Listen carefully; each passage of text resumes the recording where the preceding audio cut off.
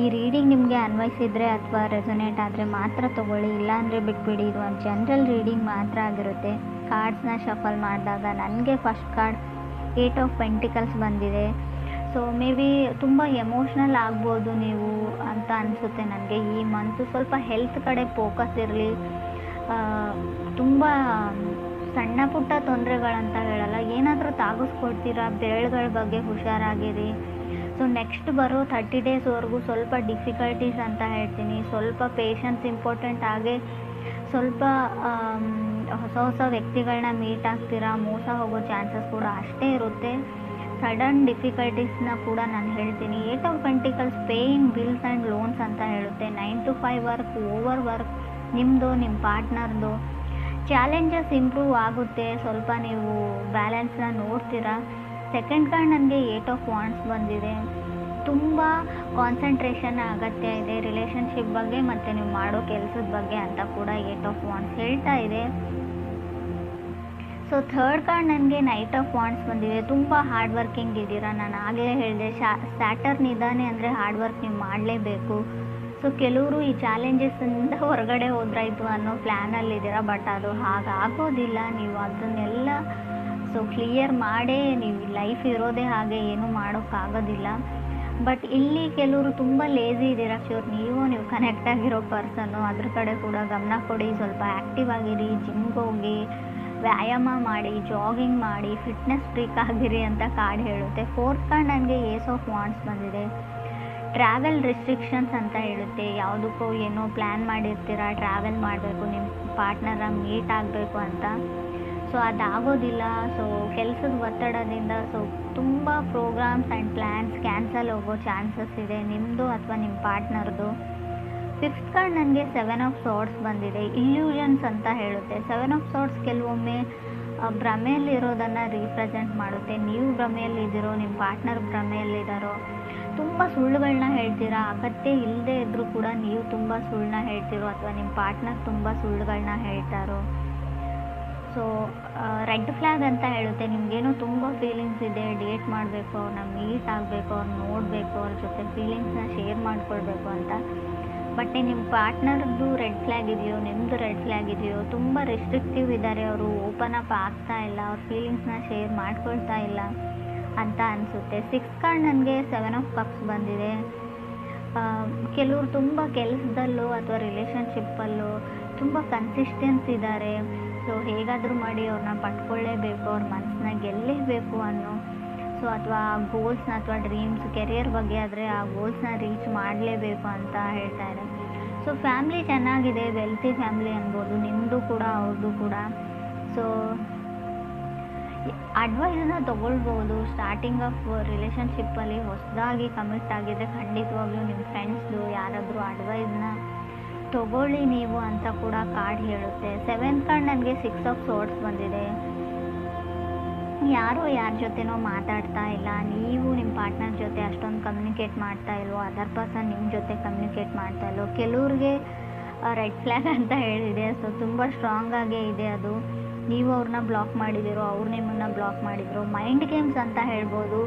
So mind games ಕೂಡ ಕಾಣ್ತಾ ಇದೆ. ಕೆಲವರಿಗೆ ಮಾತ್ರ ಫ್ರೆಂಡ್ಸ್, ಎಲ್ರಿಗೂ ಅಲ್ಲ. 8th ಕಾರ್ಡ್ ನನಗೆ ನೈಟ್ ಆಫ್ ಪೆಂಟಿಕಲ್ಸ್ ಬಂದಿದೆ. ಸೊ ಅವ್ರ ಕಡೆಯಿಂದ ಅವ್ರು ಮೂವ್ ಮಾಡೋದನ್ನು ಸ್ಟಾಪ್ ಮಾಡಿರ್ಬೋದು, ಅವ್ರ ಎಫರ್ಟ್ನ ಸ್ಟಾಪ್ ಮಾಡಿರ್ಬೋದು. ಮುಂಚಿನ ಥರ ಅವ್ರ ಮೆಸೇಜಸ್ನ ಮಾಡಲ್ಲ, ಕಾಲ್ನ ಮಾಡಲ್ಲ. ಸೊ ಇತ್ತೀಚೆಗೆ ಯಾಕೋ ಅವ್ರಿಗೆ ಇಂಟ್ರೆಸ್ಟ್ ಕಮ್ಮಿ ಆಗಿದೆ ಅಂತ ನಿಮ್ಗೆ ಅನಿಸ್ತಾ ಇದೆ. ಬಟ್ ಅದು ಯಾವುದೇ ರೀತಿಯಿಂದಲೂ ಇಂಟ್ರೆಸ್ಟ್ ಕಮ್ಮಿ ಆಗಿಲ್ಲ. ಅವರು ನಿಮ್ಮ ಕಡೆಯಿಂದನೂ ಏನಾದರೂ ಎಫರ್ಟ್ ಬರಲಿ, ನೀವು ಕೂಡ ಅವ್ರನ್ನ ಅಷ್ಟೇ ಅಡ್ಮೈರ್ ಮಾಡಲಿ, ಅಷ್ಟೇ ಲವ್ ಆ್ಯಂಡ್ ಕೇರ್ ಮಾಡಲಿ, ಅಫೆಕ್ಷನ್ ಇರಲಿ ನಿಮ್ಮ ಕಡೆಯಿಂದನೂ ಅಂತ ಅವರು ಬಯಸ್ತಾ ಇದ್ದಾರೆ ಅಂತ ಹೇಳ್ಬೋದು. 9th ಕಾರ್ಡ್ ನನಗೆ ಸ್ಟಾರ್ ಕಾರ್ಡ್ ಬಂದಿದೆ. ಲರ್ನಿಂಗ್ ಕರ್ವಲ್ಲಿ ಇದ್ದೀರಾ ರೈಟ್ ನಾವು, ನೀವು ಅಥವಾ ಅವ್ರಿಗೂ. ಸ್ಟಾರ್ ಕಾರ್ಡ್ ಇರೋದ್ರಿಂದ ಹೋಪ್ ಇದೆ, ನಂಬಿಕೆ ಇದೆ ನಿಮ್ಮ ಮೇಲೆ, ಅವ್ರ ಮೇಲೆ ನಿಮಗೆ. ಸೊ ಚೇಂಜಸ್ ಇನ್ ರಿಲೇಷನ್ಶಿಪ್ ಅಂತ ಹೇಳುತ್ತೆ ಸ್ಟಾರ್ ಕಾರ್ಡ್ ಕೂಡ. 10th ಕಾರ್ಡ್ ನನಗೆ 6 ಆಫ್ ಪೆಂಟಿಕಲ್ಸ್ ಬಂದಿದೆ. ಕೆಲವರು ಇತ್ತೀಚೆಗೆ ಕೆಲಸ ಸಿಕ್ಕಿದೆಯೋ, ಕೆರಿಯರ್ ಸೆಟಲ್ ಆಗಿದ್ದೀರೋ, ಇತ್ತೀಚೆಗೆ ಮನೆಯಲ್ಲಿ ಫ್ಯಾಮಿಲಿ ಮೆಂಬರ್ಸ್ ನಿಮಗೆ ಜವಾಬ್ದಾರಿ ಕೊಟ್ಟಿದ್ದಾರೋ. ಲರ್ನಿಂಗ್ ಟು ಪೇ ಬಿಲ್ಸ್ ಅಂತ ಹೇಳುತ್ತೆ. ಏನಾದರೂ ಡೀಪ್ ಸ್ಟೆಪ್ಸ್ನ ಬೈ ಮಾಡೋದು, ಪ್ರಾಪರ್ಟಿ ಖರೀದಿ ಮಾಡೋದು, ವೆಹಿಕಲ್ಸ್ನ ತೊಗೊಳ್ಳೋದು, ತುಂಬ ರೆಸ್ಪಾನ್ಸಿಬಿಲಿಟೀಸ್ನ ತೊಗೊಳ್ತಾ ಇದ್ದೀರಾ ಕೆಲವರು ಅಂತ ಕೂಡ ಕಾರ್ಡ್ ಹೇಳುತ್ತೆ. ತುಂಬ ಲೇಝಿ ಇದ್ರಿ ಮುಂಚೆ, ಫ್ಯಾಮಿಲಿ ಮೆಂಬರ್ಸ್ ನೋಡ್ಕೊಳ್ತಾರೆ, ಪೇರೆಂಟ್ಸ್ ನೋಡ್ಕೊಳ್ತಾರೆ, ಸೊ ಅದ್ರ ಬಗ್ಗೆ ಎಲ್ಲ ನಾನು ಯೋಚನೆ ಮಾಡಲ್ಲ ಅಂತ ಅಂದ್ಕೊಳ್ತಿದ್ರಿ. ಬಟ್ ಇತ್ತೀಚೆಗೆ ಎಲ್ಲ ಜವಾಬ್ದಾರಿಗಳು, ಸೊ ಇದು ನಿಮ್ಮ ಜೊತೆ ಆಗ್ತಾ ಇರ್ಬೋದು ಈ ಸಿಚುವೇಶನ್, ಅಥವಾ ನಿಮ್ಮ ಪಾರ್ಟ್ನರ್ ಲೈಫಲ್ಲಿ ಕೂಡ ಆಗ್ತಾ ಇರ್ಬೋದು ಅಂತ ಕಾರ್ಡ್ಸ್ ಹೇಳುತ್ತೆ. 11th ಕಾರ್ಡ್ ನನಗೆ 8 ಆಫ್ ಕಪ್ಸ್ ಬಂದಿದೆ. ವಾಕಿಂಗ್ ಅವೇ ಅಂತ ಹೇಳ್ಬೋದು. 8 ಆಫ್ ಕಪ್ಸ್ ಯಾರಿಂದನೂ ನೀವು ದೂರ ಸರಿಯೋಕ್ಕೆ ಟ್ರೈ ಮಾಡ್ತಾ ಇದ್ದೀರಾ. ಕೆಲವರು ಸ್ವಲ್ಪ ಮಟ್ಟಿಗೆ ಇಗ್ನೋರ್ ಮಾಡ್ತಾ ಹೋಗ್ತಾ ಇದ್ದೀರಾ ಅಂತ ಹೇಳ್ಬೋದು. ಫ್ರೆಂಡ್ಸ್, ಇದು ಎಲ್ರಿಗೂ ಅಲ್ಲ, ಕೆಲವ್ರಿಗೆ ನಿಮ್ಮ ಪಾರ್ಟ್ನರ್ ನಿಮ್ಮನ್ನು ಇಗ್ನೋರ್ ಮಾಡ್ತಾ ಇದ್ದಾರೋ ಅಥವಾ ನೀವು ನಿಮ್ಮ ಪಾರ್ಟ್ನರ್ನ ಇಗ್ನೋರ್ ಮಾಡ್ತಾ ಇದ್ದಾರೋ, ದೂರ ಹೋಗಬೇಕು ಅಂತ ಅನಿಸಿದೆ. ಕೆಲವ್ರಿಗೆ ಇಂಟ್ರೆಸ್ಟ್ ಕಮ್ಮಿ ಆಗಿದೆ ಅಂತ ಕೂಡ ಹೇಳುತ್ತೆ.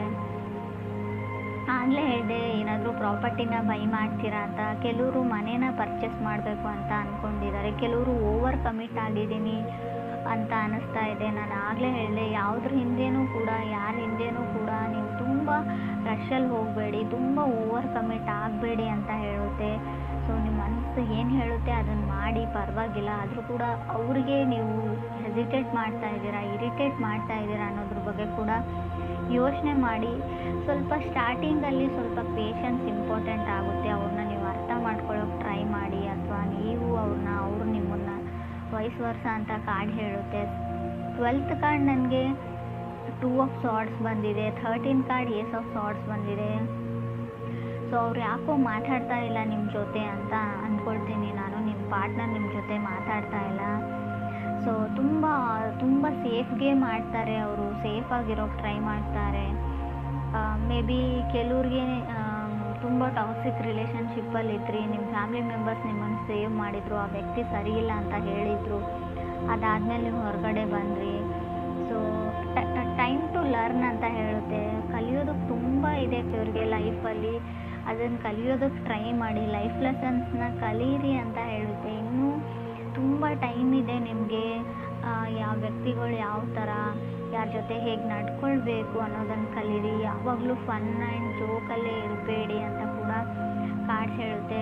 ಕೆಲವೊಮ್ಮೆ ನೀವು ಮಾಡೋ ಜೋಕು ಕೆಲವ್ರು ತುಂಬ ಹಾರ್ಟ್ ಆಗಿದೆ ಅಂತ ಕೂಡ ಹೇಳುತ್ತೆ. 6 ಆಫ್ ಪೆಂಟಿಕಲ್ಸ್ ಮತ್ತು 8 ಆಫ್ ಕಪ್ಸ್ ಇರೋದ್ರಿಂದ ಸೊ ನೀವು ಜೋಕ್ ಅಂತ ಮಾಡ್ತೀರಾ, ಬಟ್ ಏನೂ ಯಾರಿಗೋ ಹರ್ಟ್ ಮಾಡಿದ್ದೀರಾ, ಇದರಿಂದ ಅವ್ರು ಶಟ್ ಡೌನ್ ಆಗಿದ್ದಾರೆ, ಕಮ್ಯುನಿಕೇಟ್ ಮಾಡ್ತಾ ಇಲ್ಲ, ನಿಮ್ಮ ಜೊತೆ ಮಾತಾಡ್ತಾ ಇಲ್ಲ, ಇತ್ತೀಚೆಗೆ ಯಾಕೋ ಇಗ್ನೋರ್ ಮಾಡ್ತಾ ಇದ್ದಾರೆ. ರಿಜೆಕ್ಟೆಡ್ ಫೀಲಿಂಗಲ್ಲಿ ನೀವಿದ್ದೀರೋ, ನಿಮ್ಮ ಪಾರ್ಟ್ನರ್ ಇದ್ದೀರೋ, ತುಂಬ ಏನೋ ಮೊದಲಿನ ಥರ ಇಲ್ಲ, ತುಂಬ ಚೇಂಜಸ್ನ ನೋಡ್ತಾ ಇದ್ದೀನಿ, ಸ್ವಲ್ಪ ಚೇಂಜ್ ಆಗ್ತಾ ಇದ್ದಾರೆ ನನ್ನ ಪಾರ್ಟ್ನರ್ ಅಂತ ಅನ್ನಿಸ್ತಾ ಇದೆ ನಿಮಗೆ. ಇದರಿಂದ ಟ್ರಿಗರ್ ಆಗ್ತಾ ಇದ್ದೀರಾ, ಇಬ್ಬರಲ್ಲೊಬ್ಬರು ಹರ್ಟ್ ಆಗ್ತಾ ಇದೆ ನಿಮಗೆಲ್ಲೋ ಒಂದು ಕಡೆ. ಬಟ್ ನೀವು ಅದನ್ನು ಓಪನ್ ಆಗಿ ಅವ್ರ ಜೊತೆ ಡಿಸ್ಕಸ್ ಮಾಡಿಲ್ಲ. ಸೊ ಅದನ್ನು ಕೇಳಿಬಿಡಿ, ಅವ್ರಿಗೆ ಏನು ಪ್ರಾಬ್ಲಮ್ಮು, ಏನು ನಡೀತಾ ಇದೆ ಅಂತ. ಸೊ ಒಂದು ಸಲ ಕ್ಲಿಯರ್ ಮಾಡಿಕೊಂಡು, ಸೊ ಅದರಿಂದ ಅವ್ರಿಗೆ ಇಷ್ಟ ಇಲ್ಲ ಅಂದರೆ ಅದರಿಂದ ಹೊರಗಡೆ ಬನ್ನಿ ಅಂತಲೇ ನಾನು ಹೇಳ್ತೀನಿ. ಸೊ ಬೀಯಿಂಗ್ ಹ್ಯಾಪಿ ಅಂತ ಅನಿಸುತ್ತೆ, ಖುಷಿಯಾಗಿದ್ದೀರಾ. ಬಟ್ ಚಾಲೆಂಜಸ್ ಸ್ವಲ್ಪ ಜಾಸ್ತಿ ಇದೆ ಫೆಬ್ರವರಿಯಲ್ಲಿ ಕಟಕ್ ರಾಶಿಯವ್ರಿಗೆ. ಚಾಲೆಂಜಸ್ ಅಂದರೆ ತುಂಬ ಕಷ್ಟಗಳು ಬರ್ತವೆ ಅಂತ ಅಲ್ಲ, ಸ್ವಲ್ಪ ಬ್ಯುಸಿಯಾಗಿರ್ತೀರ, ತುಂಬ ಕೆಲಸಗಳಿರ್ತವೆ, ಓಡಾಟ ಇರುತ್ತೆ, ಶಾಪಿಂಗ್ ಇರುತ್ತೆ, ಪರ್ಚೇಸ್ ಇರುತ್ತೆ, ಕೆಲವು ಜವಾಬ್ದಾರಿಗಳಿರುತ್ತೆ, ಪೂಜೆ ಇರುತ್ತೆ. ಸೊ ಮನೆಗೆ ನೆಂಟರು ಬರ್ಬೋದು, ತುಂಬ ಅಂದರೆ ತುಂಬ ಟ್ರಾವೆಲಿಂಗ್ ಕೂಡ ಇರುತ್ತೆ. ಆಲ್ರೆಡಿ ಕೆಲವರು ಟ್ರಾವೆಲಿಂಗ್ನ ಮುಗಿಸ್ಕೊಂಡು ಬಂದಿರ್ಬೋದು. ಕೆಲವ್ರಿಗೆ ಬಹಳ ಬೇಗ ಈ ಡಿಫಿಕಲ್ಟೀಸ್ ಎಂಡ್ ಆಗುತ್ತೆ, ಕೆಲವ್ರಿಗೆ ಮಂತ್ ಕೊನೆಯಲ್ಲಿ ಕೂಡ ಎಂಡ್ ಆಗ್ಬೋದು ಡಿಫಿಕಲ್ಟೀಸ್. ಬಟ್ ಯೋಚನೆ ಮಾಡೋ ಅಗತ್ಯ ಇಲ್ಲ, ಸ್ವಲ್ಪ ಹೆಲ್ತ್ ಕಡೆ ಜಾಸ್ತಿನ ಗಮನ ಕೊಡಿ ನೀವು ಅಂತ ಹೇಳ್ಬೋದು. ಸಡನ್ನಾಗಿ ಕೋಲ್ಡ್ ಆಗ್ಬೋದು, ಸಡನ್ನಾಗಿ ವೆದರ್ ಚೇಂಜ್ ಆಗೋದ್ರಿಂದ, ಟ್ರಾವೆಲ್ ಮಾಡಿ ಬೇರೆ ಊರು ಅಥವಾ ಸಿಟಿಗೆ ಹೋಗೋದ್ರಿಂದ ಸಡನ್ ಹೆಲ್ತ್ ಇಶ್ಯೂಸ್ ಬರ್ಬೋದು. ನಡೆಯುವಾಗಲೂ ಅಥವಾ ಶೂಸ್ ಅಥವಾ ಏನಾದರೂ ಇದ್ರೂ ಕೂಡ ಸ್ವಲ್ಪ ಚೆನ್ನಾಗಿರೋ ಶೂಸ್ನ ಹಾಕ್ಕೊಂಡಿವಿ ಅಂತ ನಾನು ಹೇಳ್ತೀನಿ. ಬೆರಳುಗಳ ಬಗ್ಗೆ ಸ್ವಲ್ಪ ಕೇರ್ಫುಲ್ ಆಗಿರಿ. ಕೊನೆಯದಾಗಿ ಹೇಳೋದಾದ್ರೂ